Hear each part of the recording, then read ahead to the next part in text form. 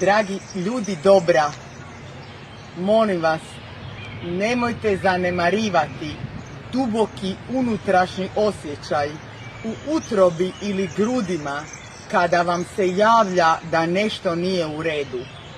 Nema veze ako ne znamo locirati što nije u redu ili preko koga dolazi neko ponašanje koje možda mislimo da moramo prihvaćati, a ne moramo, obično vrlo povezano sa krvnim srodstvom ili nekim profesionalnim vezama.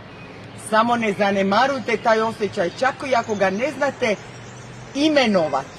Valorizirajte ga, dajte mu vrijednost i pomno promišljajte iz nekog izvanjskog kuta što nam taj osjećaj javlja. U protivnom, zatiranjem osjećaja iznutra, on neće nestati, nego će se javiti kasnije kroz organe, kroz rezultate života koji su nam nemili, kroz stvari koje vidimo na svojoj djeci, odakle im to, kroz stvari koje kao mi njima govorimo nemojte raditi, a oni to ipak rade, zato što se djecu ne odgaja riječima nego primjerom.